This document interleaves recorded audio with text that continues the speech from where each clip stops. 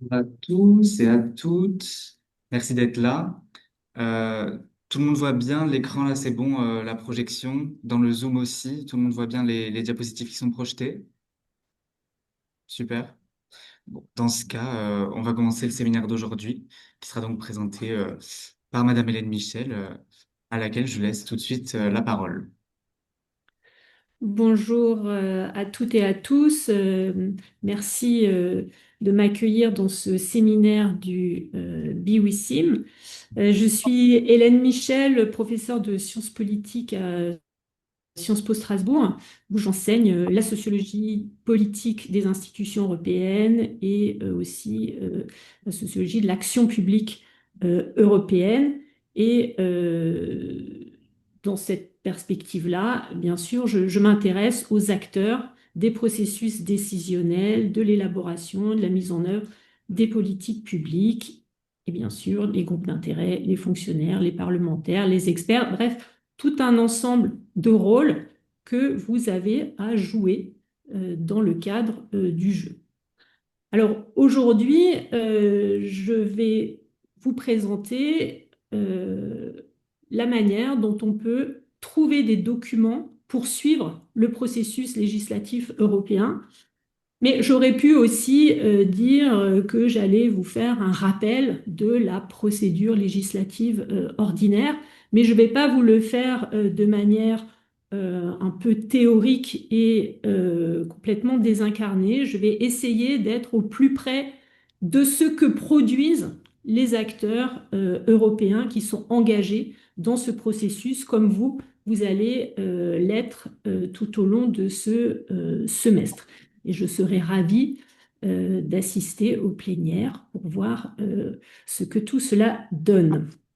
Alors, pour vous présenter ces différentes étapes et la manière dont on peut plonger dans la machine européenne, j'ai choisi de partir d'une directive, une directive qui a été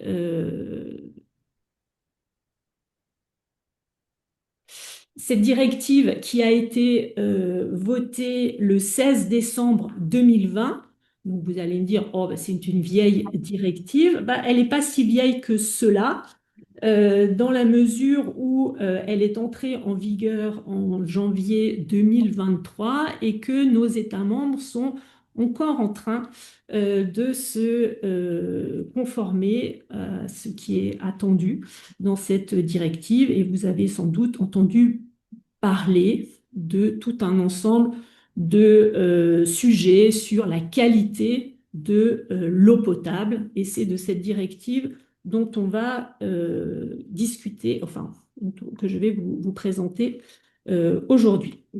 Alors, le texte de cette directive, on le trouve bien sûr sur Eurlex, qui est la base de données des actes juridiques.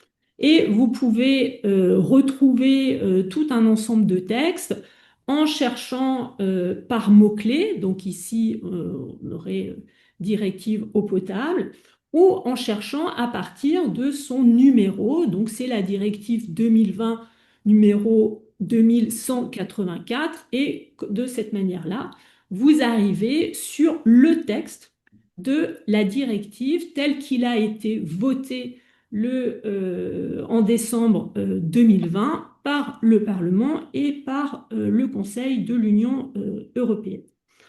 Je précise que c'est le texte tel qu'il a été voté parce que dans plusieurs textes, après, il y a des versions amendées, des versions consolidées que l'on peut voir apparaître sur la gauche, là. Mais celui qui apparaît, c'est le premier. Alors, si vous voulez en savoir plus sur le contenu de ce texte, Eurlex vous permet d'avoir des informations. Et donc, sur la colonne de gauche de votre écran, vous avez différents onglets. Donc, information sur ce document, procédure, synthèse du document. Donc, on va aller sur synthèse du document. Et là, vous avez un résumé tout à fait euh, classique qui présente les objectifs de la directive, les points clés à retenir et tout un ensemble d'éléments d'identification de la directive. Mais nous, ce qui nous intéresse aujourd'hui, c'est plutôt de comprendre la genèse de ce texte, hein, qu'est-ce qui a été mis en œuvre pour en arriver là. Et donc, on va aller sur procédure, qui est, euh, euh, pardon, je vais un peu trop, pardon, on a aussi des informations sur le document.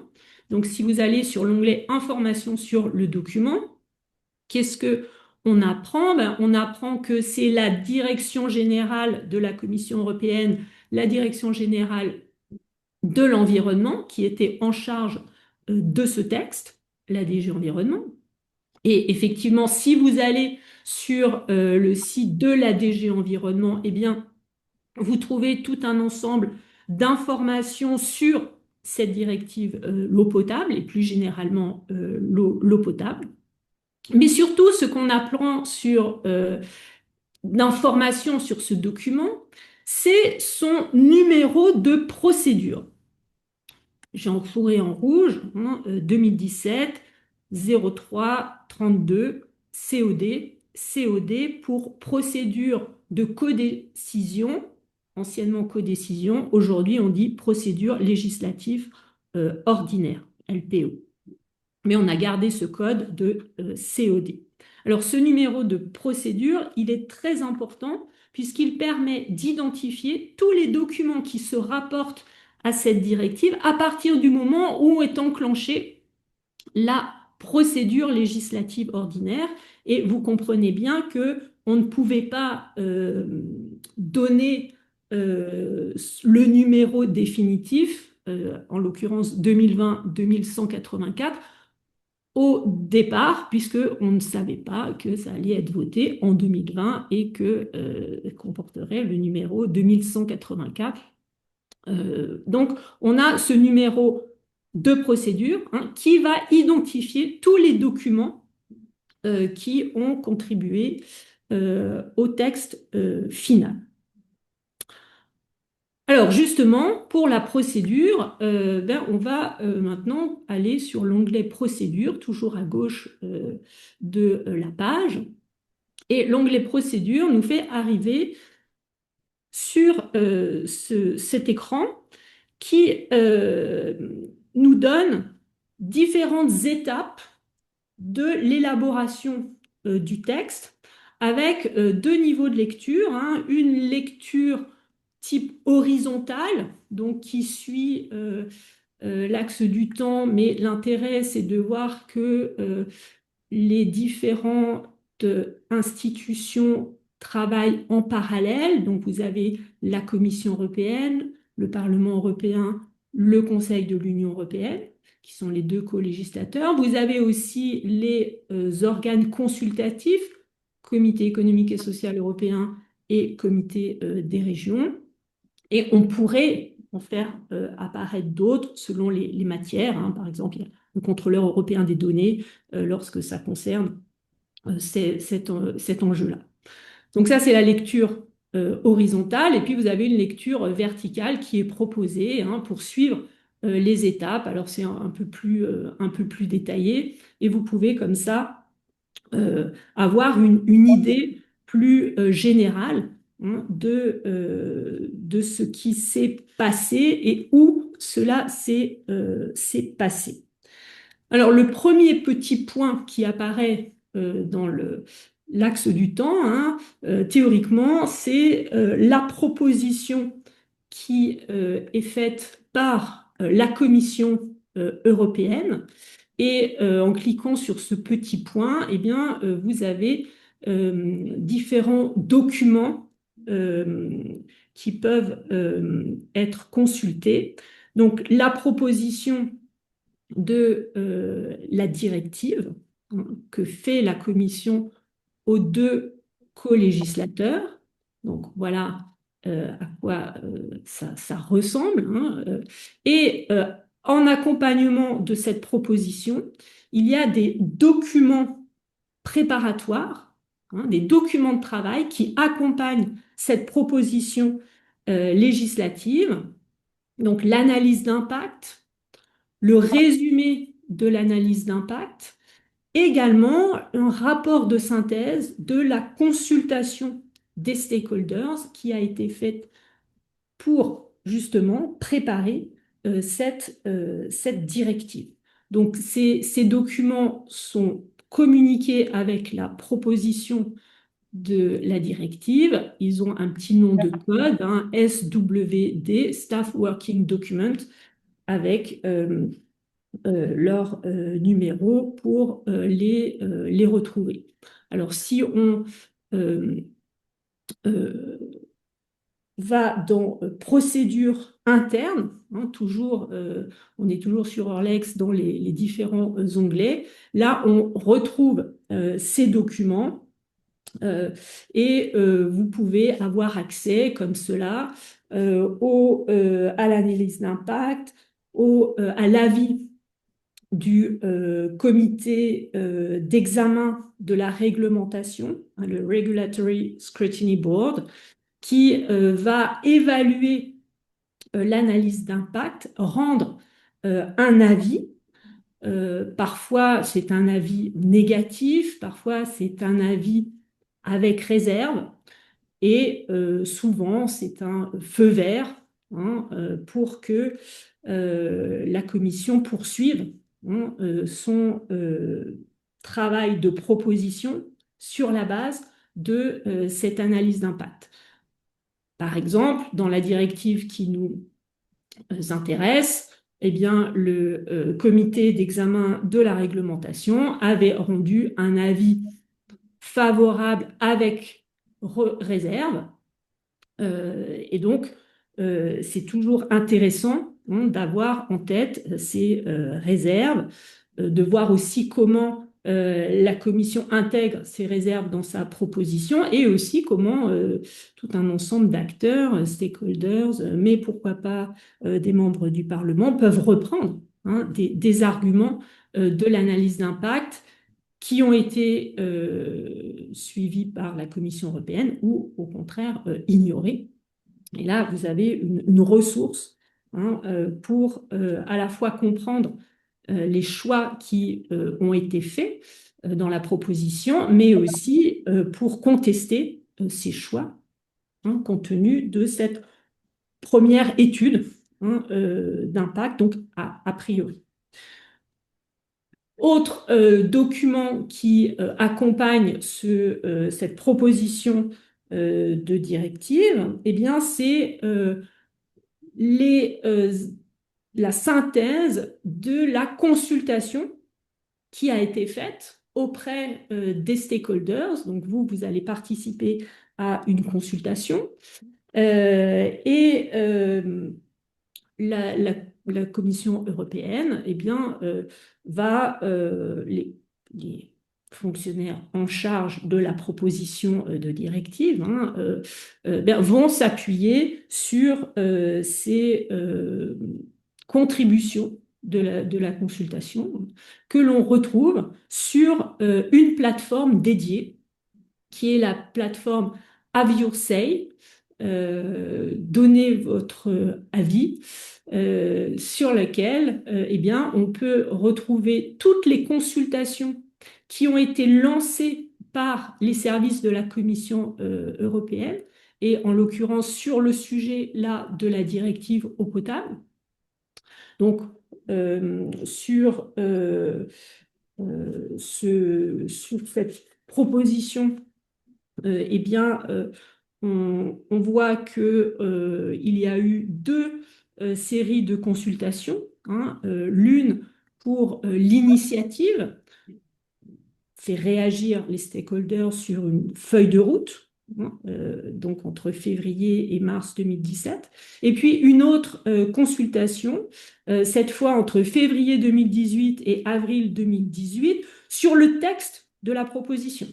Hein, donc là, on est dans la genèse, donc c'est plutôt la consultation préalable hein, sur la feuille de route.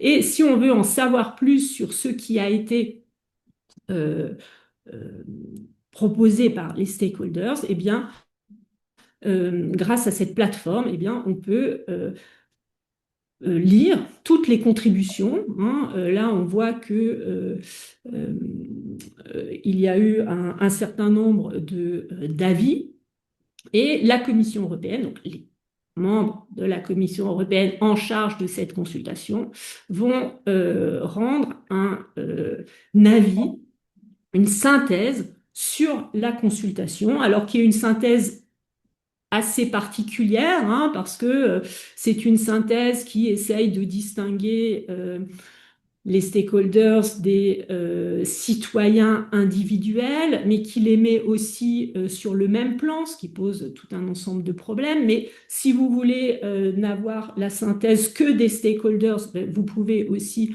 le visualiser de cette manière-là. Et surtout, vous pouvez vous plongez dans chacune des contributions de ces stakeholders. Et là aussi, il y a de la matière très riche, hein, pour comprendre un peu la genèse de cette directive. Alors, ces stakeholders, on les retrouve sur le registre de transparence, hein, qui est obligatoire pour pouvoir participer à une consultation publique, comme celle engagée là sur la directive sur l'eau. Donc chaque stakeholder, hein, doit s'enregistrer sur le registre euh, et lorsqu'il fait sa contribution, donner son numéro d'enregistrement pour bien signaler que bah, il est une organisation d'intérêt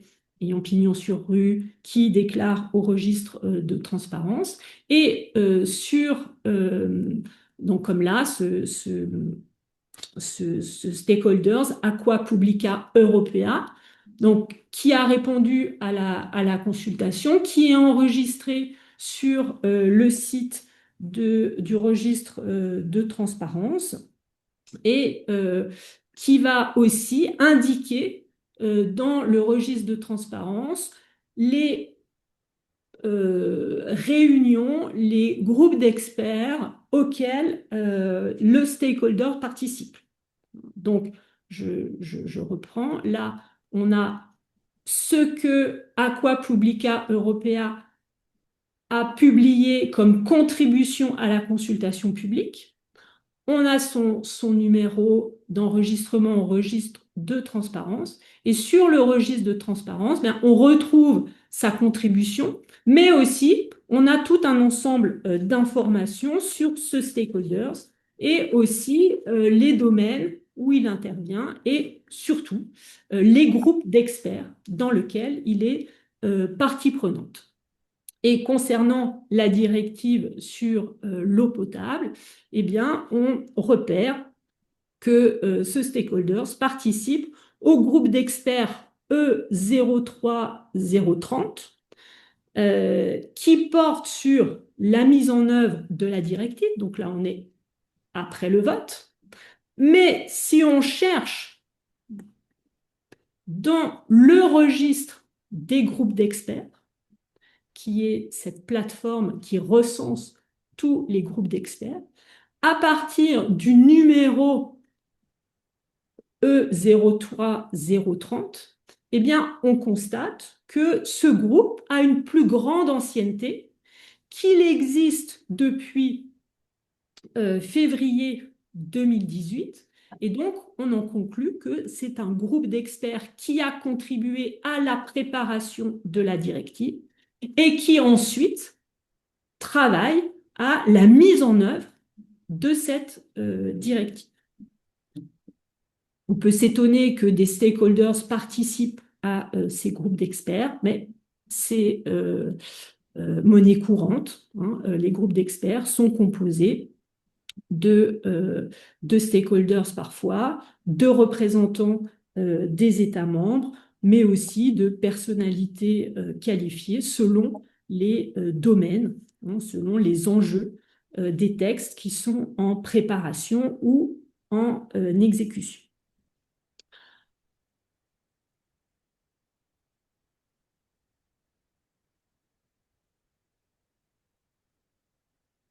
Alors, il faut ajouter que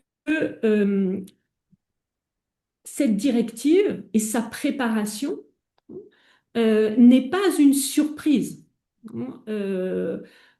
La Commission européenne propose un programme de travail dans ses priorités. Donc là, c'est les priorités du précédent mandat. Mais la directive qui nous intéresse, elle vient du précédent encore. Et elle est prévue dans le programme de travail de la Commission. Donc chaque année, euh, la Commission propose un programme de travail qui va se décliner également en plan de gestion pour chacune des directions générales. Et donc, si on va lire ces programmes de travail, par exemple celui de 2017 pour la directive qui nous intéresse, eh bien, on peut effectivement y lire qu'il est prévu de réviser la directive sur l'eau potable. Et on apprend également que ce projet de directive a à voir avec une initiative citoyenne européenne, Right to Water, qui est une initiative citoyenne européenne qui avait été déposée en 2013, donc ça remonte bien avant de 2017, et que cette initiative citoyenne, qui est une des premières à avoir atteint le million de signatures, à être recevable et à avoir obtenu une réponse de la Commission européenne, dans sa réponse, la Commission européenne s'engageait à donner une suite aux demandes de l'initiative citoyenne européenne. Et parmi les suites, il s'agissait de lancer une consultation publique, une évaluation de la législation existante sur les enjeux de l'eau potable, et d'inscrire dans le programme de travail de la Direction générale environnement cet enjeu de l'eau potable et de l'accès à l'eau potable. Donc là, on a la convergence d'un programme de travail qui dit oui, on va réviser une directive, et de demandes de stakeholders via l'initiative citoyenne européenne en disant il faut garantir l'accès à l'eau potable. Et donc la directive, la proposition de directive est présentée là, en l'occurrence, comme une réponse à cette initiative citoyenne, mais une réponse qui n'est pas initiée par l'initiative citoyenne européenne. Voilà. Donc ça, c'est ce qui se passe, je dirais, en amont de la proposition de directive faite par les services de la Commission européenne. Et maintenant, je reviens sur Airlex pour étudier ce qui se passe une fois que la proposition de directive est publiée et donc envoyée aux différents co-législateurs, donc le Parlement européen et le Conseil de l'Union européenne, mais aussi aux deux organes consultatifs, Comité économique et social européen, Comité des régions. Et il faut ajouter, cette proposition est envoyée aux parlements nationaux, qui vont de leur côté vérifier si le principe de subsidiarité est bien respecté. C'est aussi une manière d'informer les parlements nationaux du processus législatif européen. Donc, je ne vais pas revenir là-dessus. Je vais continuer du côté des législateurs que sont le Parlement européen et le Conseil de l'Union européenne qui apparaissent là sur Eurlex. Alors, toujours sur Eurlex et dans les informations sur le document européen, informations sur le document, pardon, euh, on a un renvoi vers le Parlement européen et en particulier le site de l'Observatoire législatif, hein, appelé aussi œil, l'Observatoire législatif du Parlement européen, et qui permet de suivre au sein du Parlement européen le travail sur cette proposition de directive.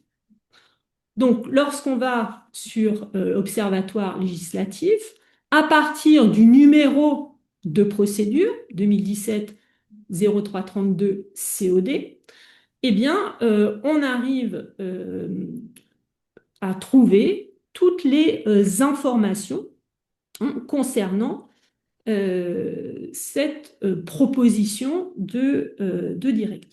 Donc là, on est au Parlement.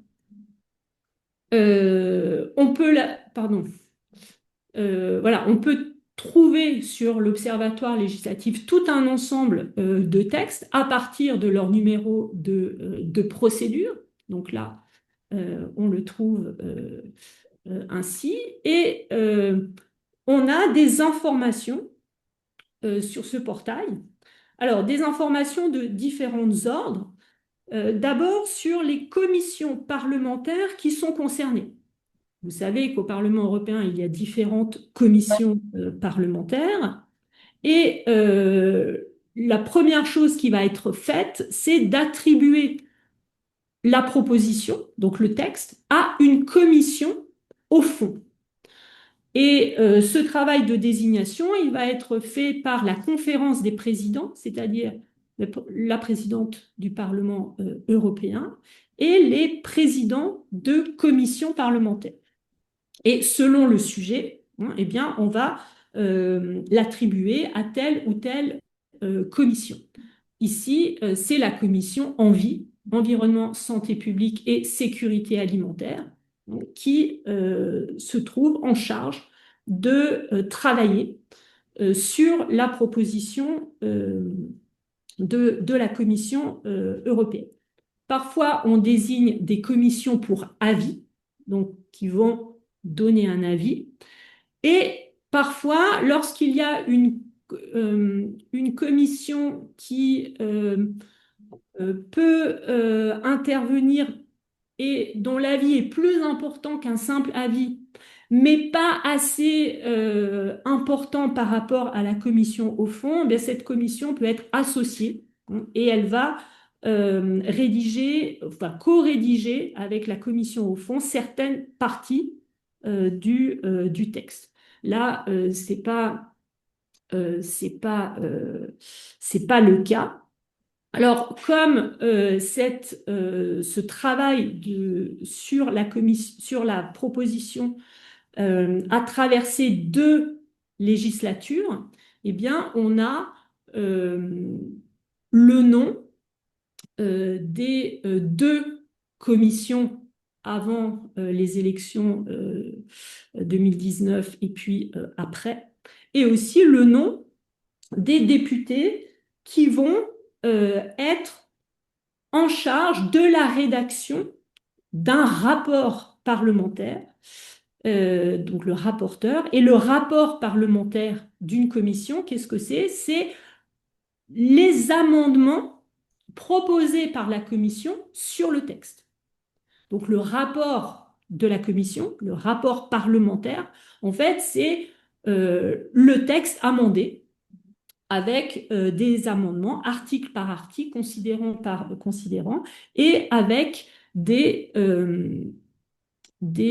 justifications des amendements. Donc, le texte est attribué à une commission parlementaire. Au sein de la commission parlementaire, on va désigner un rapporteur, donc le député en charge de rédiger les amendements, mais ce député, il appartient toujours à un groupe politique. Et même si il va travailler au nom de la commission parlementaire, hein, qui est composée dans les mêmes proportions de députés que la plénière, même s'il va travailler au nom de cette commission parlementaire, eh bien, il a une couleur politique. Donc, les autres groupes politiques de la commission parlementaire vont désigner des rapporteurs fictifs ou shadow rapporteurs qui vont eux aussi être en charge du texte et qui vont être amenés à négocier avec le rapporteur, hein, de manière à ce que le texte de la commission parlementaire soit un texte de compromis. Donc, si vous voulez, ces rapporteurs et rapporteurs fictifs sont les premiers négociateurs à l'intérieur de la commission parlementaire pour travailler, hein, à des amendements de compromis.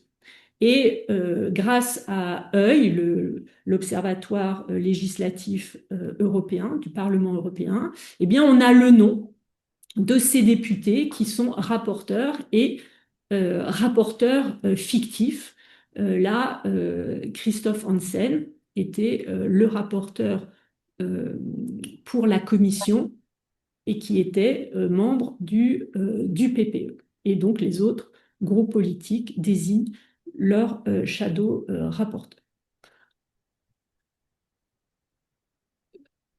Ce qui est nouveau, qui n'existait pas au moment des négociations de la directive sur l'eau, c'est pour ça que là j'ai mis un autre exemple, c'est que désormais, au Parlement européen, les rendez-vous que les rapporteurs et rapporteurs fictifs accordent à des stakeholders sont publics. Et donc là, si vous allez sur l'onglet transparence, eh bien vous avez toute la liste des rendez-vous avec leur date et qui a été rencontré par qui tout au long du processus. Alors c'est vraiment un pas en avant pour plus de transparence.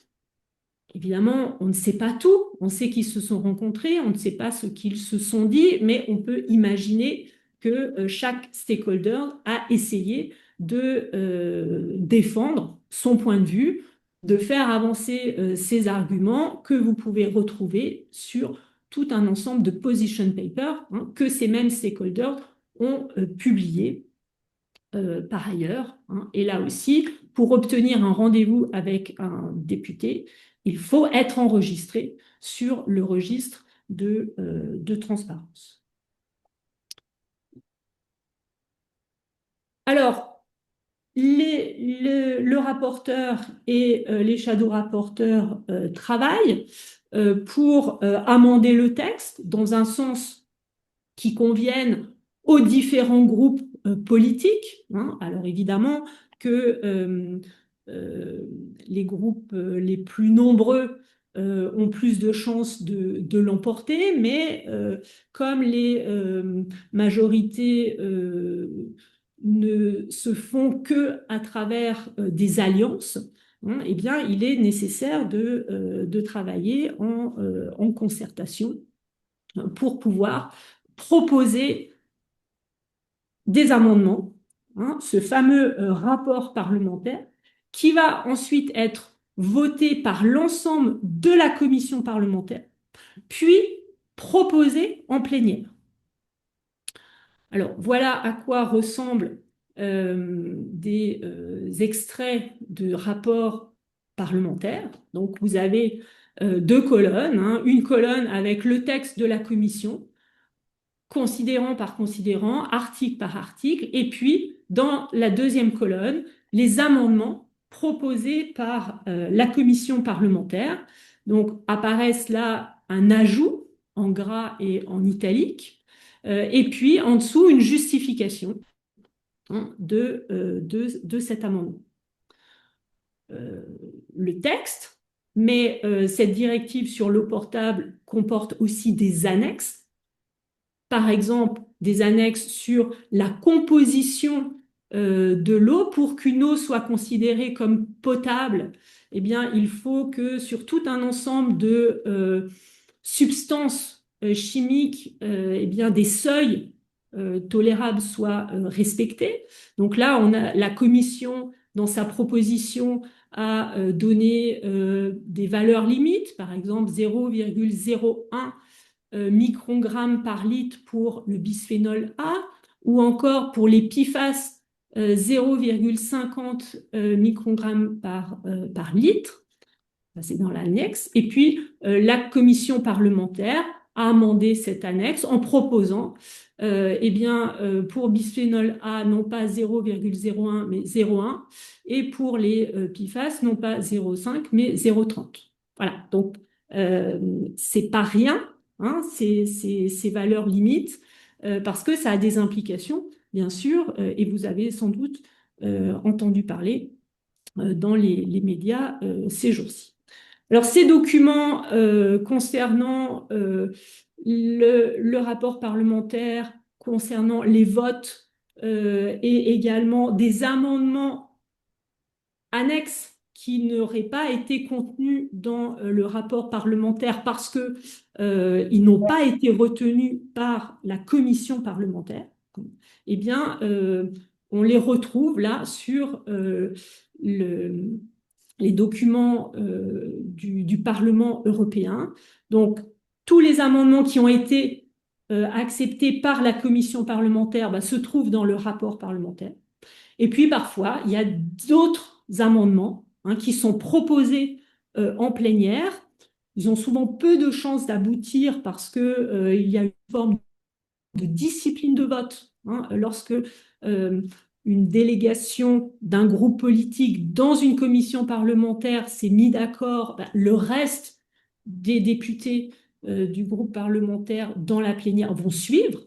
Hein, c'est les fameux signaux qui sont donnés par les chefs de groupe qui sont devant hein, l'hémicycle et qui font des consignes, hein, pouce levé, pouce baissé pour voter oui, voter non aux amendements. Mais parfois, quand la majorité est très très fragile au sein de la commission parlementaire, bah, il peut se produire des changements lors de la plénière. Mais c'est relativement euh, rare, voilà, sauf ça se produit, hein, je ne dis pas que ça ne se produit pas, mais en général, la plénière arrive, la commission parlementaire arrive à bien cadrer les choses. Tout à l'heure, j'ai dit que les, vous voyez là, la proposition de la Commission était envoyée simultanément au Parlement européen et au Conseil de l'Union européenne. Eh bien, pendant qu'au Parlement, on travaille au sein de la commission parlementaire, au Conseil de l'Union européenne, on travaille également sur le texte. Hein, en théorie, il est dit que le Parlement travaille en premier et le Conseil va réagir sur la proposition d'amendement du Parlement européen, mais dans les faits, hein, le travail se fait en parallèle et du côté du Conseil, eh bien, on commence à travailler. Pardon, je vais trop vite. Donc, si je reviens sur Eurlex, au Conseil, eh bien, on a différentes positions qui commencent à être émises dès le début, mais qui sont d'abord des réactions des délégations nationales sur le principe de subsidiarité et le principe de proportionnalité. Donc là, vous pouvez aller voir pour chacun des points les documents qui sont publiés.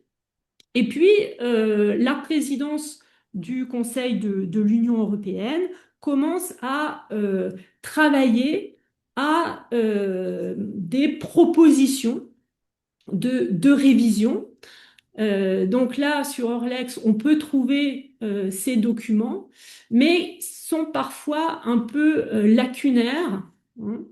Mais on a, par exemple, ce document qui donne plusieurs informations quant au processus Hein. Donc là, on apprend que eh bien, c'est le groupe environnement, hein, la configuration du conseil environnement qui va travailler sur le texte. Ça veut dire quoi? Ça veut dire que ce sont les ministres des États membres de l'environnement qui vont voter ce texte. Mais bien sûr, les ministres ne travaillent pas directement sur le texte, hein. Ils vont arbitrer les points les plus délicats. C'est au sein du groupe de travail pardon, au sein des groupes de travail, j'arrive là, pardon, des instances préparatoires du Conseil, hein, en termes environnement, on va, donc les représentants des États membres, mais avant eux, les conseillers au sein des représentations permanentes des États membres, hein, qui vont travailler sur le texte. Donc là, je vous renvoie euh, au site du Conseil, hein, qui rappelle, hein, les différentes configurations ou formations du Conseil, donc le Conseil environnement, et puis les instances préparatoires qui vont aider les représentants permanents à travailler sur le texte, à l'amender lui aussi et à faire des propositions jusqu'à ce que on arrive à un texte commun du Conseil que voteront les ministres, hein, tout à la fin. Alors, je reviens juste un petit peu en arrière parce que là, on était sur Eurlex. Donc, Eurlex nous donne tout un ensemble de documents, hein, issus du Conseil. Mais moi, je vous recommande d'aller plutôt chercher ces documents directement sur le site du Conseil, hein, à partir du registre de documents, hein. Et donc là, pareil, on met le numéro de procédure du texte, hein, et on a ainsi tous les documents qui se rapportent à ce texte, donc la proposition de la commission. Et là, on est à peu près exhaustif, hein, et chaque réaction, chaque compte-rendu, on les trouve. Et par exemple, il se présente comme ça. Là, c'est un document euh, du secrétariat général du Conseil, qui commence à orienter, hein, les débats et qui propose, hein, une méthode de travail avec un questionnaire et puis des grandes euh, structurations pour aider au travail préparatoire. Voilà. Alors, je reviens, on a pu aussi trouver les calendriers des réunions, etc. Donc, tout ça pour dire que on a énormément de documents et que tout le travail, c'est de reconstituer la chronologie, hein, pour bien suivre les évolutions du texte et les changements compte tenu de l'intervention de tel ou tel acteur. Voilà. Aujourd'hui, depuis le mois d'avril 2024, les services des institutions européennes ont mis en place une nouvelle plateforme, hein, qui s'appelle EU Law Tracker et qui permet de suivre les processus décisionnels à partir d'une plateforme plus intégrée. Mais comme elle n'a démarré qu'en 2024, eh bien, on n'a pas toutes les informations nécessaires dès lors qu'on veut un peu remonter dans le temps.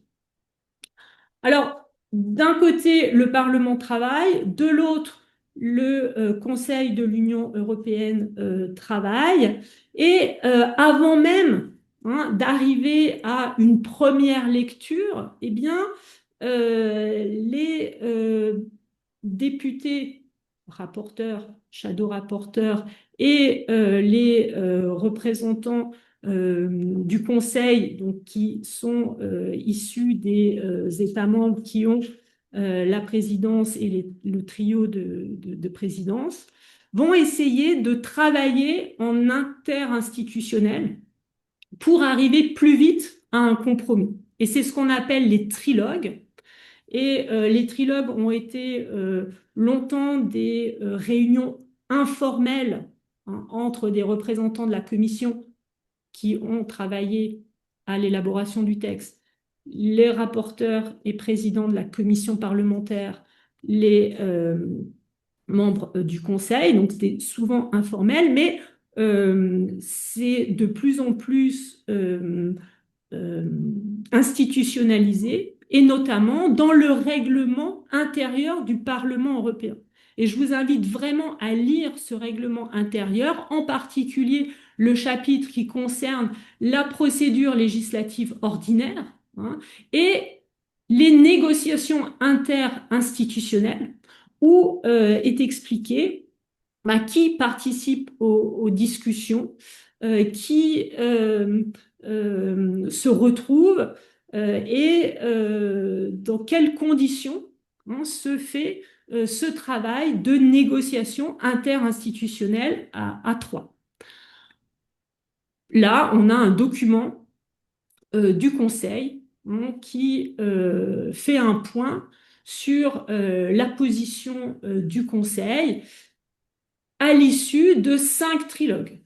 Hein. Donc, c'est pas du tout des réunions secrètes, hein, seulement elles ne sont pas mentionnées dans les traités, mais on trouve tous ces documents à condition de bien, bien les chercher. Alors, ce document des caractéristiques des trilogues, hein, c'est le document 4 colonnes, où on a une première colonne qui est la position de la commission, donc le texte de la proposition. La deuxième qui est celle du Parlement, donc le rapport parlementaire. Et la troisième colonne, la position du Conseil qui diffère de celle du Parlement. Et la quatrième colonne qui va être le résultat de compromis entre ces trois représentants d'institutions. Là, le document que je vous projette, la quatrième colonne est vide, ça veut dire que c'est un document avant le trilogue, et l'idée, c'est d'arriver à un compromis le plus vite possible, et le plus vite possible de manière à ce que le texte que va voter le Parlement en plénière soit un texte issu de ces trilogues. Et donc que le texte voté en plénière puisse être voté également par le Conseil, hein, et d'arriver très vite à un texte final. Donc, avec cette pratique des trilogues, hein, qui se développe de plus en plus, eh bien, les secondes lectures sont de plus en plus rares dans la procédure législative ordinaire. Alors, on pourrait s'arrêter là, puisqu'on a un texte qui est voté, mais si on m'accorde encore 10 petites minutes, peut-être quelques mots sur l'après le texte, hein, parce qu'il ne suffit pas de voter un texte, encore faut-il que ce texte soit exécuté, mis en œuvre et transposé. Donc, dans une directive, il faut que les États transposent dans leur droit national les dispositions de la directive. Donc, vous avez toujours sur Eurlex des informations sur les transpositions, si elles ont eu lieu, si elles n'ont pas encore eu lieu, si elles ont eu lieu à quelle date. C'est pas toujours au point, mais Eurlex a essayé d'être en lien avec les différents systèmes juridiques informatisés des États membres, donc grâce à NLEX, hein, de faire le lien. Pour la France, c'est Légifrance. Donc, pour la directive sur l'eau potable, eh bien, on a une loi censée transposer, mais si on regarde attentivement en fait cette loi qui a été votée en octobre 2021, donc juste avant la date limite de transposition, bah, indique juste que les députés vont autoriser le gouvernement à transposer la directive par voie d'ordonnance. Et donc après, il faut avoir les ordonnances. Voilà, il y en a plusieurs. Une qui a été prise en décembre 2022 et après tout un ensemble de décrets qui vont mettre en œuvre cette directive. Mais à côté de ça, bah, cette directive doit aussi se traduire par des actes d'exécution et on a aussi des actes délégués, c'est-à-dire des actes que va prendre la commission. Elle est habilitée par les co-législateurs à le faire pour différentes aspects de la directive, hein, pour éviter, par exemple, des révisions en disant, voilà, si sur tel ou tel aspect il y a un changement technique, ben, ce sera à la commission de modifier le texte. On ne va pas refaire tout le processus législatif. Et donc là aussi, vous pouvez trouver ces documents. Alors vous, évidemment, dans le cadre du jeu, vous dites ça ne me concerne pas, mais imaginons que le jeu se poursuive sur un second semestre où il s'agit de mettre en œuvre ce qui a été voté, eh bien, vous pourriez travailler à cette exécution. Donc là, je vous signale juste que sur Orlex, là encore, hein, à partir des, des textes et cette fois le numéro de la directive, eh bien, on peut retrouver les actes délégués et les actes d'exécution. Et on retrouve là notre groupe d'experts, hein, qu'on avait quitté au tout début, qui travaille à la mise en œuvre et qui, bah, là, va travailler dans le cadre de euh, la comitologie à des propositions d'actes d'exécution. Et là encore, eh bien, ces projets d'actes d'exécution peuvent être soumis à consultation.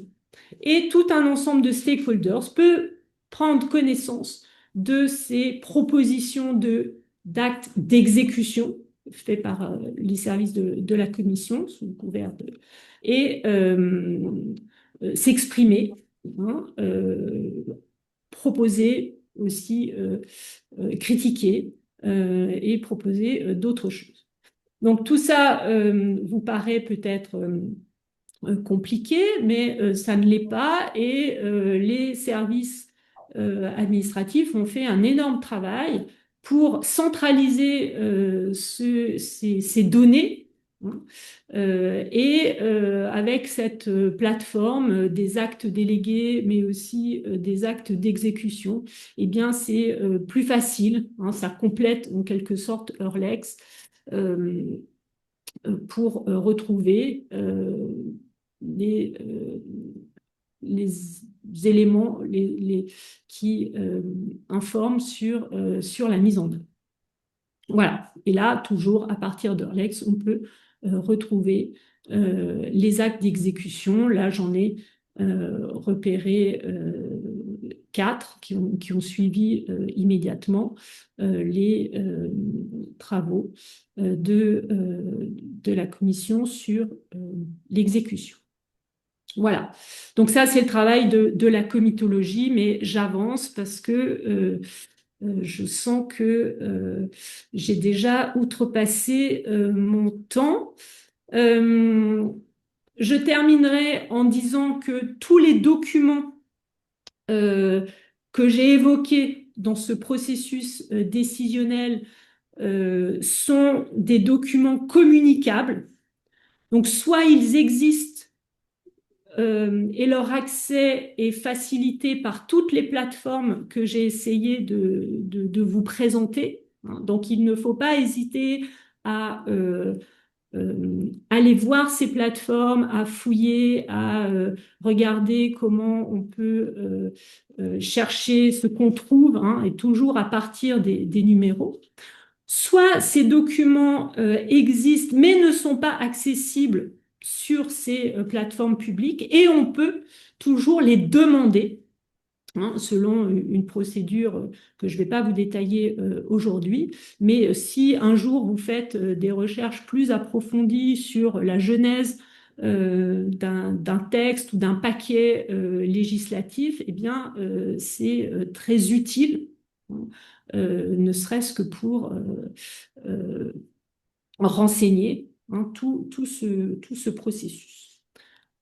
Voilà, je m'arrête là et je me tiens prête pour vos questions s'il y en a.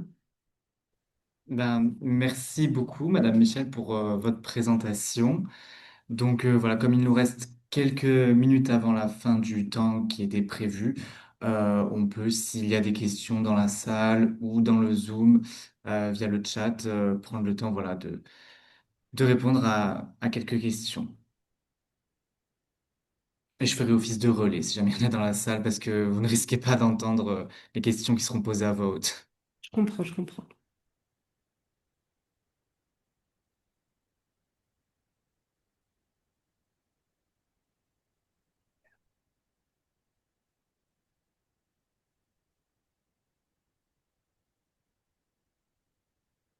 Bon, je n'ai pas l'impression qu'il y ait de manifestations pour le moment, dans le chat non plus.